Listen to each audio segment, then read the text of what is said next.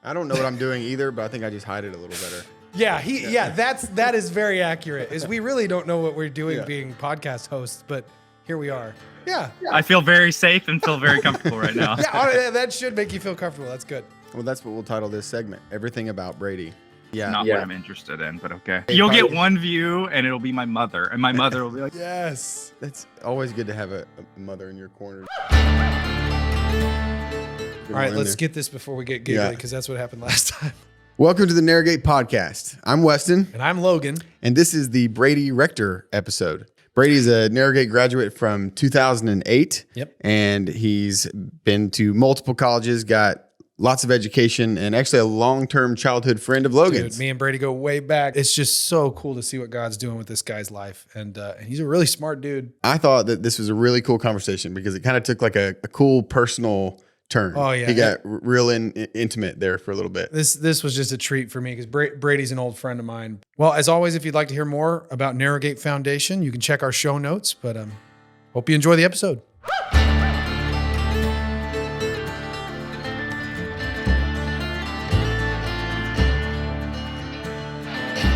Well, Brady, we decided to start off every Narrowgate podcast by asking two questions. Who are you and why are you here? So we want to give you an opportunity to answer those questions the way that you see fit. So tell us, who are you and why are you here? yeah. So my name is Brady Rector. And who am I? I mean, I'm sure we can get deeper into who I actually am more than just a name.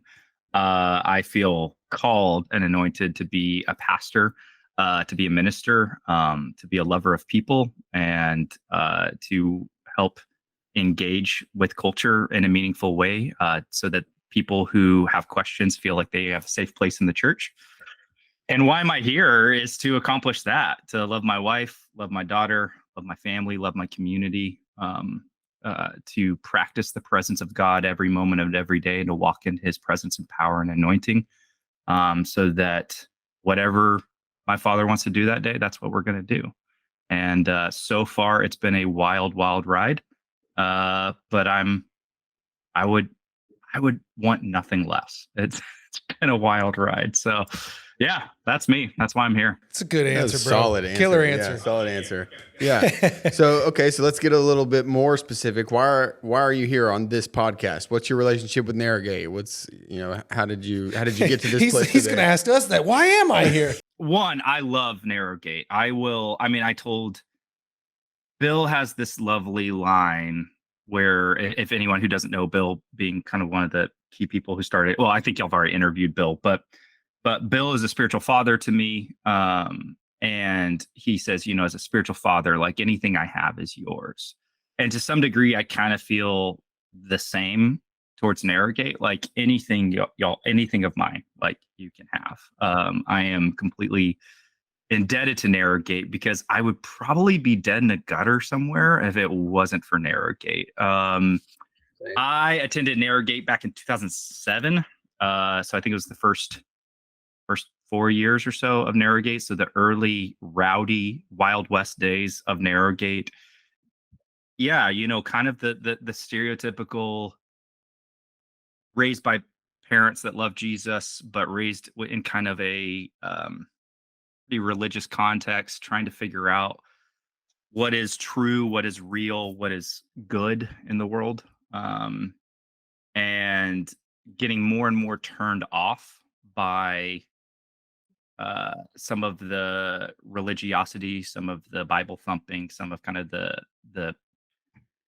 Pharisaical tendencies that I see in the church sometimes, where I was like, this isn't fun, this isn't cool, this isn't interesting, this isn't even safe to engage in an honest conversation. And that just kind of pushed me into a direction of, walking away from my faith, getting into, started experimenting with drugs, I'd been kind of the good Christian boy. And so whenever I broke away and untethered myself from the anchoring of Jesus, basically I had to create my own rules, my own law, my own framework, and pretty much anything was up for grabs, which meant I'd be willing to try anything once, just about, outside of some highly extreme things. And so my world just completely unraveled very, very quickly. To some degree, like I stepped out with a certain level of boldness of walking away from my faith, and like, if I'm gonna do this whole sin and like experiment with my life, like I'm going full bore, both barrels. Um and life just started kind of deteriorating, and by the grace of God, got busted, got found out. Um and a lot of the religiosity, we'll probably get into this potentially more, but there was this pivotal moment with my family, um, where it was either they're going to show me the Bible thumping moralism, or they're actually going to like show Jesus. And it was that moment that they actually showed Jesus in this powerful way. And that was whenever I was like, I'll give this thing one more shot. I'll give this Jesus thing one more shot. And was that Narrowgate for you? Was that when like the story of Narrowgate was kind of introduced to you guys? Was in that kind of little moment? Yeah, I mean, well, no, Narrowgate was a little bit afterwards. That moment was where I started going, okay, maybe I'll lean into Jesus a little bit. I read a couple of books. I read Blue Like Jazz by Donald Miller and was like, oh, I like this guy. I would smoke a cigarette and drink a beer with this guy. This guy seems interesting and cool. And that may have been where my love for the Pacific Northwest was really starting to kindle. And then also The Irresistible Revolution by Shane Claiborne, where I was like, this guy's done more for like the world and like justice and like living amongst the poor. He's done more for Jesus than I've ever done for anyone else my entire life. So like for me to say Christians are all selfish, they're all hypocrites, isn't really fair, because at least there's some people out there like actually doing the thing. And then quickly after I read those books was when Narrowgate was introduced, and that was my big, okay, I'm going to try this. And I don't know if it's a cult, but we're just going to lean into it and see what happens. That's funny.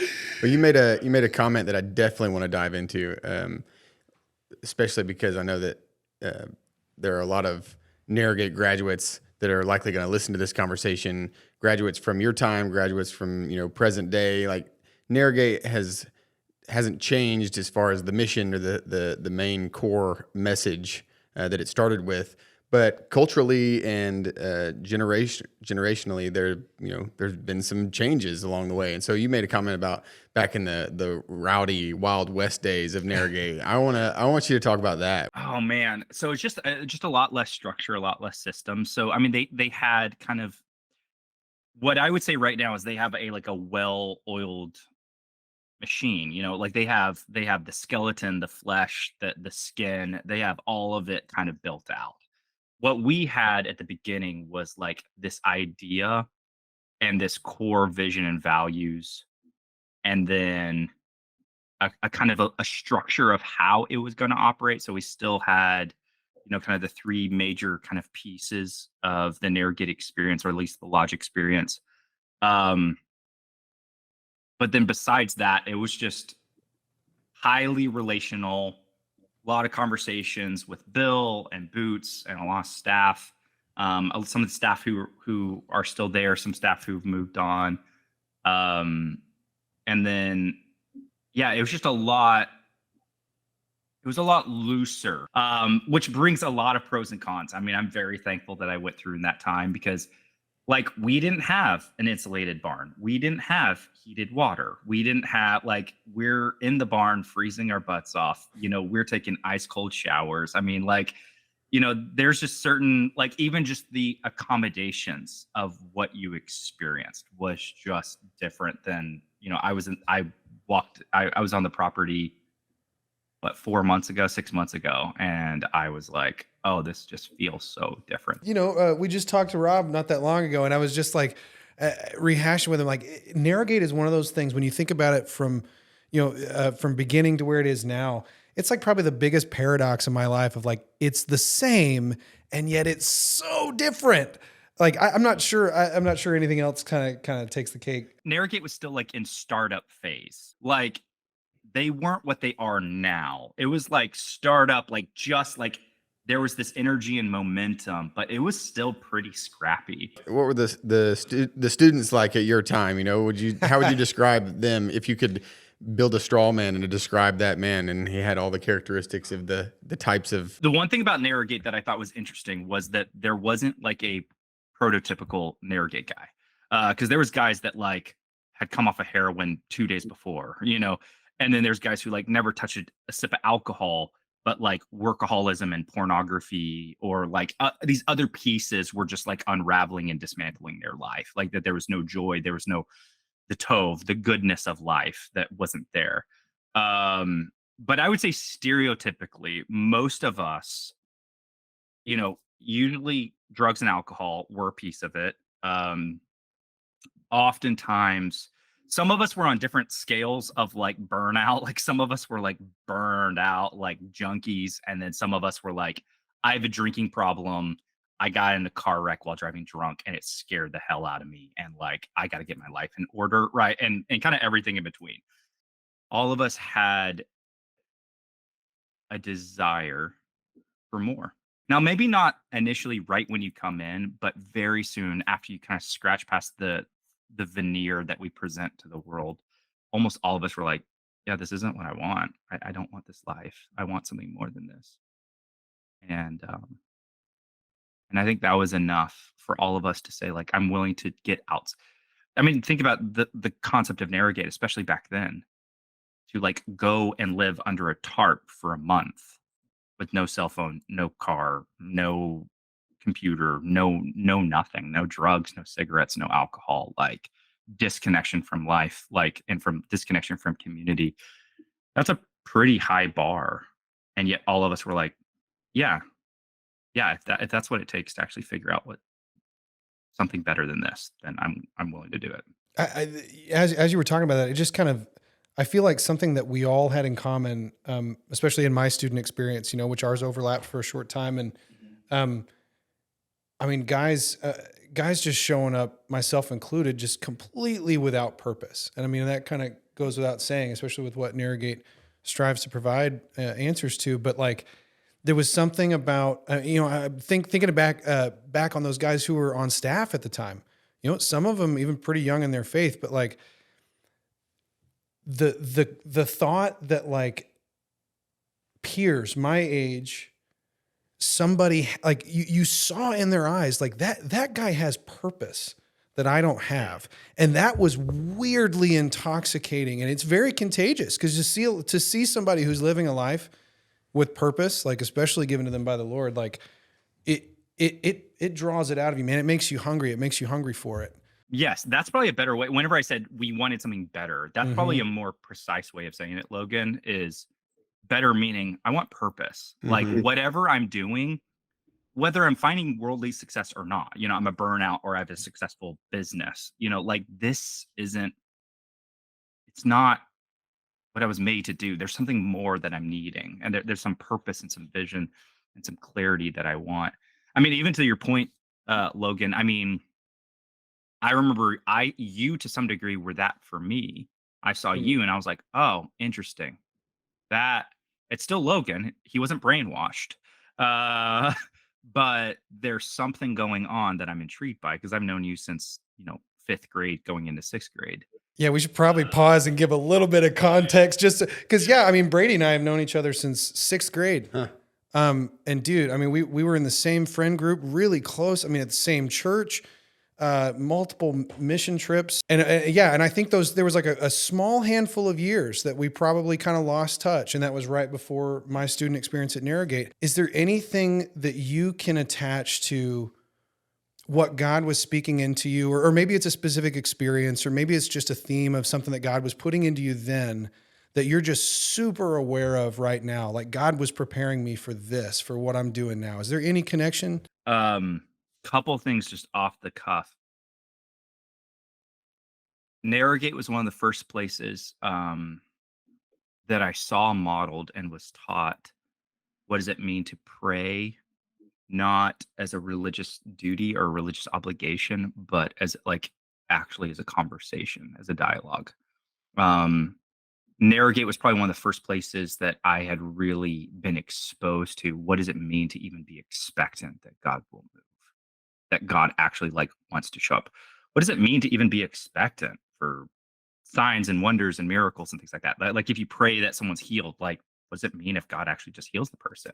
That was all very like stark and alarming to me, coming from the context that I grew up in. But at the same time, it was, uh, yeah, there that has had such a deep impact on my life and my faith. So really that relationality, right? Of the Our Father, like the Our Father piece of the Lord's Prayer, like that, like there is a father, there's a relationship, and this isn't a monologue. Okay, I got to do this before I could fall asleep, but actually that like this is actually a father who wants to engage with his people and actually wants to see his kingdom come and his will be done, not in a automaton rubber stamp all Christians have to look the same, but that I uniquely formed you and I will empower you with my spirit. I will breathe new life in you. I will regenerate your heart. I'll give you new affections and passions, and I will take you on the craziest journey because I'm with you. That is way more compelling than any drug, than you know, any experience, anything that I had before. So that first out of the gate, that relationality is so key. I think second, I mean, Bill's teaching um, deeply impacted me, not only as a man, not only as a Christian, but also like as a pastor and as a guy who's probably going to get his doctorate in the next year or two. Like how I was taught the Bible made the Bible come alive by looking at the original languages, by looking at context, by looking at rabbinical tradition, by looking at really teaching me how to read the Bible more closely. And I think that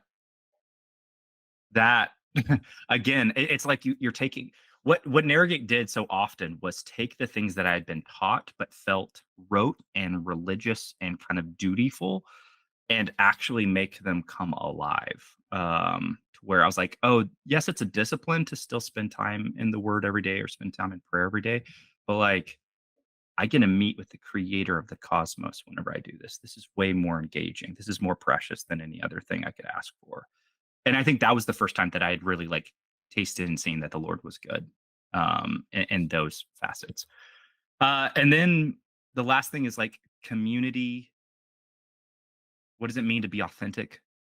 What does it mean to actually fully know who you are and like who are you and why you here, right? Like to fully know who you are and feeling that sense of security so that you don't have to get wound up about presenting a specific way in the world.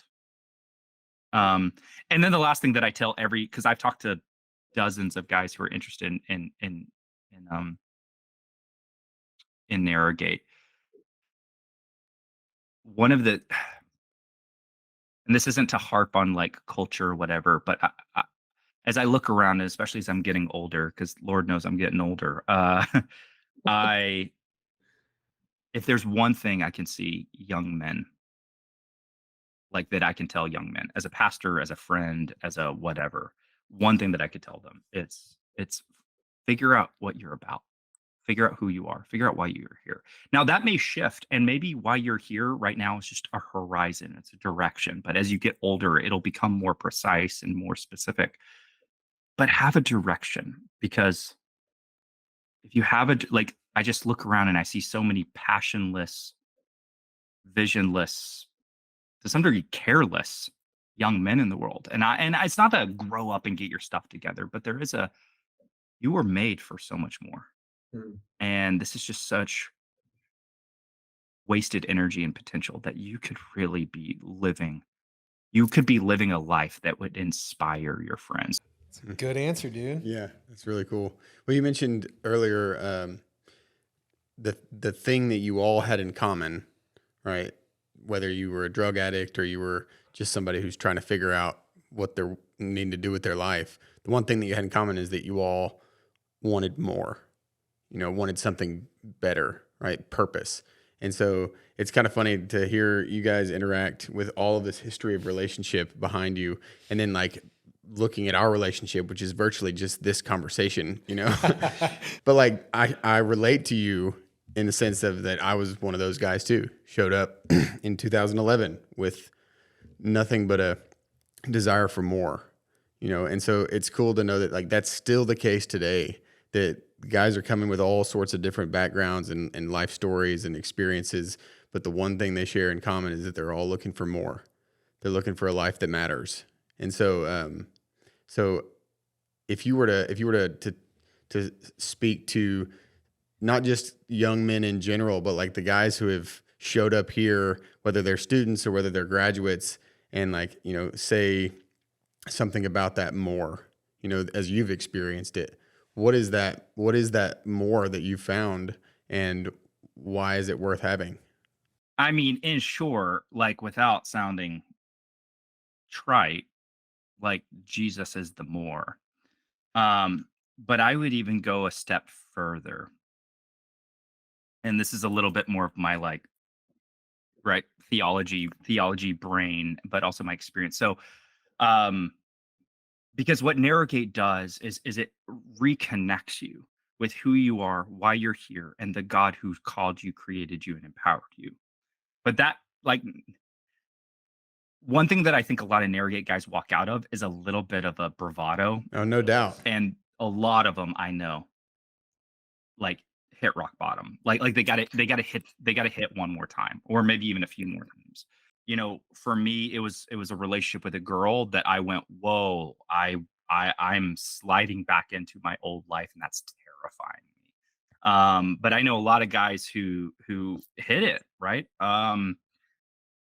But what that shows you is that narrow gate, just having the sword at the end, is not going to actually keep your faith intact. Mm-hmm. Right? Jesus and communion with God is what keeps your faith intact. But the thing that also, so as I went, I've had this incredible, beautiful journey, met this amazing woman, married her, and we have a beautiful daughter. you know, for 10 years, I was called to be like a minister in Narrowgate. And from the time of that to the time I actually started pastoring was 10 years. And man, oh man, can I not tell you how angry, frustrated, upset with God I was. I was like, what is going on? Like, I feel equipped, I feel called, I feel like motivated, like I'm ready to do this. And just every door was like, nope, not yet. And to the point where I was like, I'm crazy. I'm insane. Because I'm like getting my bachelor's and learning Greek, learning Hebrew, and then I finished my bachelor's and work for a couple of years, applying for all these jobs. Everyone's saying no. So I go and get my master's, learn more Greek and Hebrew and Bible, and read a bunch of dead people and learn all the fancy $5 words, make you sound smart and important in theological circles. And still, like, nothing was clicking. And then finally Rob took a chance on me, and I got a chance to, from my relationship with Rob from Narrowgate, stayed in contact with him, and then came and was a resident with him to plant a church. 6 months in, 2 out of 3 of his elders got a word from the Lord that he was supposed to hand off the church to me. So he hands the church off to me. So I go from essentially preparing to have a newborn church to adopting a teenager. That's essentially kind of that's the best. So Interesting just picture. Yeah. very different set of circumstances and set of problems and set of gifts, right? And Rob did an amazing job of setting me up for success. He handed off a very healthy church, but with any transition, hard, it's difficult. People leave, and people who you thought were going to have your back don't. And so, but I say that to say that happened, and then I go straight into right before COVID. I have a stalker, and then I go A into what? COVID. Wait, A what? stalker. He said stalker. Yeah. Just clarifying. Okay, just making sure. She kind of goes away for a second, and then COVID kicks off. So I start recording and doing stuff from home because in Washington State, things were pretty locked down. Don't want to get political. We could debate that till we're all dead. But that being said, that's what I did. So I was shooting stuff from home. My buddy and my team and I were essentially trying to run a church like via the internet. And this woman starts re-engaging. It finally gets to the point where I take her to court, try to get a restraining order, and I lose in court on a technicality. And the best way I can explain it is I hit the wall going 100 miles an hour. Had a full blown like trauma response, could barely get out of bed. Like it wasn't PTSD technically, but it was fully traumatized. My wife is traumatized. I'm traumatized. And I say all of that to say that Narrowgate prepared me to come back to what was actually the realest parts of who I am and the invitation that God always has for us, right? Further up and further in. Because I went, God, this isn't enough. I like me being able to parse Hebrew is not keeping me warm at night. Me being able to read the Greek New Testament or quote whatever, Gregory of Nyssa or whatever the theological stuff that because I did kind of hang my hat on, like, I got the education, like, and I love education, but I was like, I want to be intelligent. I want to be articulate. I want to be a smart pastor. I don't want to be a dumb pastor. I had this image in my head, and that just got broken. That idol just got broken, and the idol, the idolatry of like the academy and the intelligentsia or whatever, like that idol revealed its clay feet to me because I went, there's got to be more, and that was where the Lord really met me and said, are you okay with going deeper with me? And I was like, absolutely. And he revealed something to me that like killed me. And I don't know if this actually even makes sense. But what he said to me was that he said, you were so scared, nervous of like getting into a situation where like teaching was heretical or not biblical or whatever, that you would not step into anything unless it ticked off all the theological boxes for you. Because the problem with that then is you put me in a box. Because basically what he said is you'll never engage with me unless I tick all your boxes for you. So what I want you to do is I want you to reverse it. Get the horse back in front of the cart. And I want you to be willing to step and to trust me. And then if you get into a situation where you're like, whoa, this church's teaching is not biblical, this is not okay, then you have the education and you have the acumen, you have the Spirit of God, the spirit of discernment to pull the ripcord and get out, right? And that completely shifted my thinking. And I would say my wife and I have had this complete renaissance of faith over the last 3 years. That may have been a $5 answer to a 50-cent question, but does that make sense at all to what you asked? It's more than got change $5, for man. him? I thought that upped the value of the question, I feel like. It upped the value of the podcast. That's really what we're after here. Yeah. I mean, obviously, going from West Texas to Nashville, to eventually finding yourself where you're at now. I mean, like, you've had some culture shifts that you've navigated through. You've had some challenges come and go. And oh no, I did that thing where I started a question and forgot what the end was going to be. Yep. It happens at least once. At least once. It seems like No, wait, I'll get there in just a second. This is fun. This is good banter. Like what you're doing now, where you're going now? Is that where you're headed? I remember what I was going to say. One of my favorite things is talking to pastors, vocational ministers, and just kind of finding it simply like all that context of like the cultural shifts that you've been through, the challenges that you've been through, like sitting where you are today. Like, how do you enjoy the presence of the Lord most? Like you personally, I'm not talking about specifically in your services. I'm just like, what is it? Is it an activity? Is it a state of mind? Is it clearing things off your calendar? It looks different. Almost everybody I ask this question to, it's a little bit different. So I'm just wondering, man, what is it for you, especially as a pastor, where you just find that moment and just enjoy yourself and God? Yeah. There's a church that I really love in Texas that they have this great line that they say, there's only one way to God, and that's through Jesus. But through Jesus, there's many ways. Like, there's many ways to encounter Jesus. And he goes, and where we all get wrong in the church is we think that we have to encounter Jesus the same way our pastor encounters Jesus. And so there's actually freedom to encounter the Lord. And there's so many traditions within Christianity. So a couple things that I do to encounter the Lord. Prayer has become pretty bedrock in my life. I do a morning prayer, and I steal from every tradition. So I do Lectio Divina in the morning. But then a lot of times I'll also like pray in tongues, and then I will do the Our Father. I'll do the Lord's Prayer before lunch, and then I'll do the prayer of examine at dinner, before I go to bed. But then I also, I'll pray throughout the day, and I'm kind of praying off and on, throughout my whole day. I really am trying to get better at having just all these beats where I'm just connecting with my Father. Are you there? What can I do? Where am I in step with you? Is there anything that you want to adjust course for today so that I can be right? Jesus said, I do what I see my Father doing. Like I want to live that way. Like, what are you doing? And can I just join you today? Second thing I do, with all the stuff that I said about how education kind of became an idol for me, I do love studying this word. And I have to differentiate between reading the word just to be nourished and studying. And those are two separate experiences for me. And so I usually read the word, but then I do try to study the word periodically too.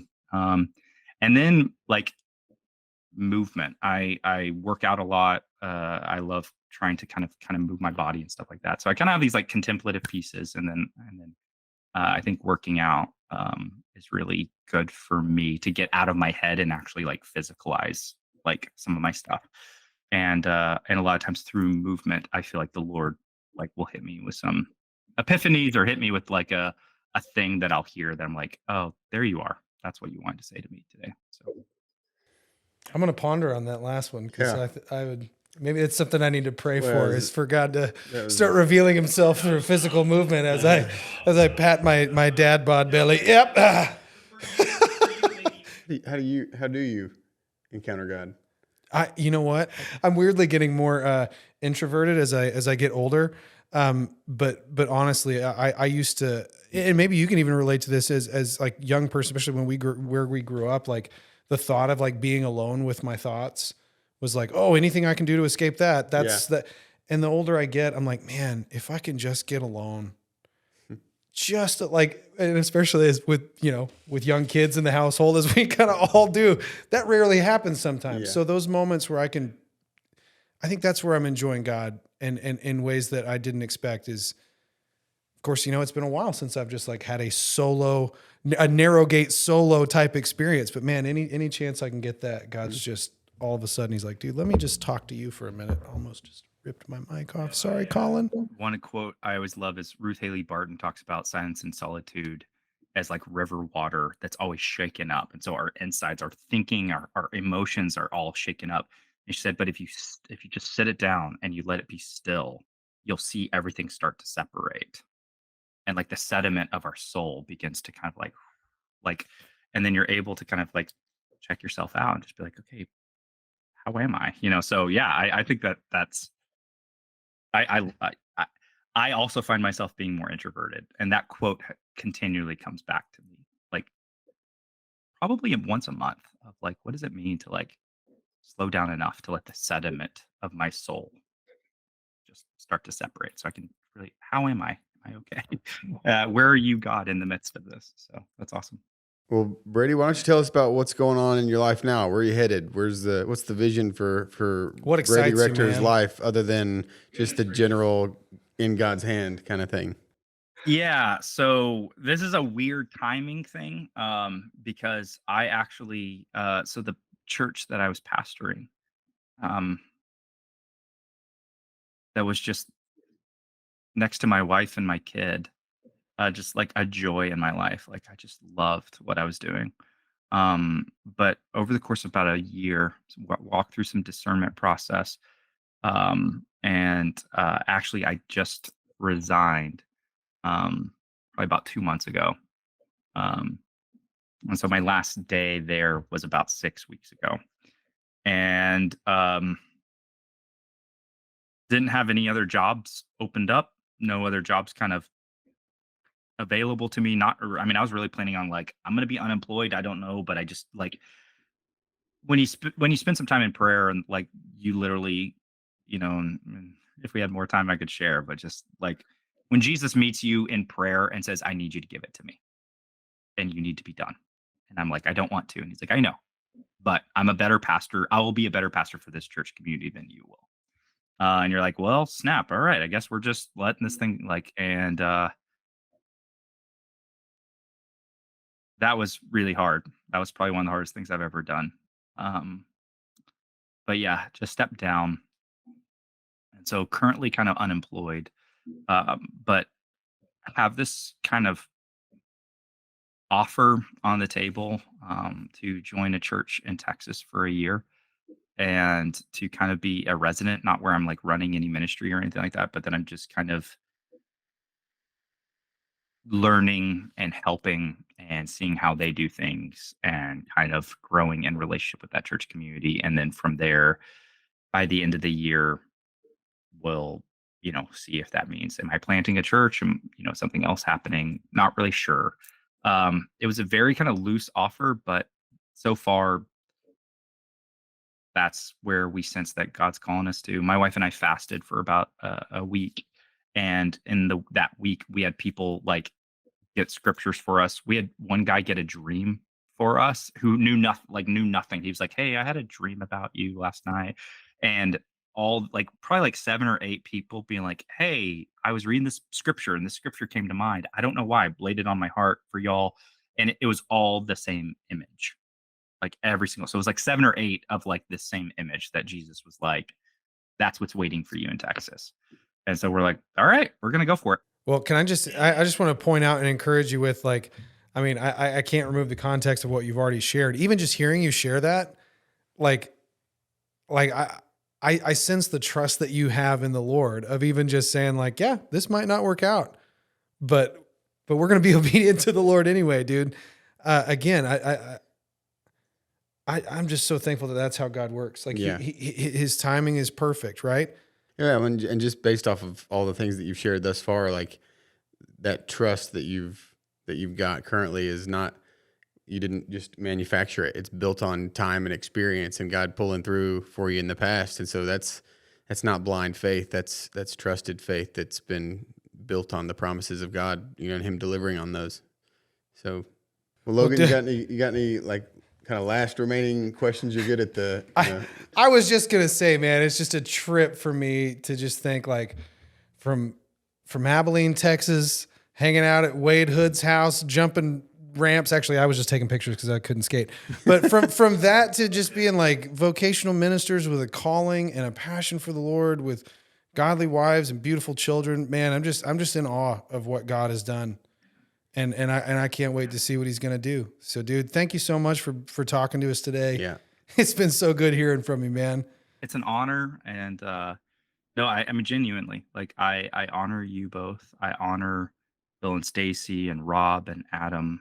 I honor Narragate and Boots and all the people. I mean, like the anointing and hand of God is on this ministry in a way that's saved my life. And so for me to be asked to even give my 2 cents on my experience and where God's taken me since is I hold that in very high regard. And so thank y'all for y'all's time. Thank you. We love you, dude. Take care.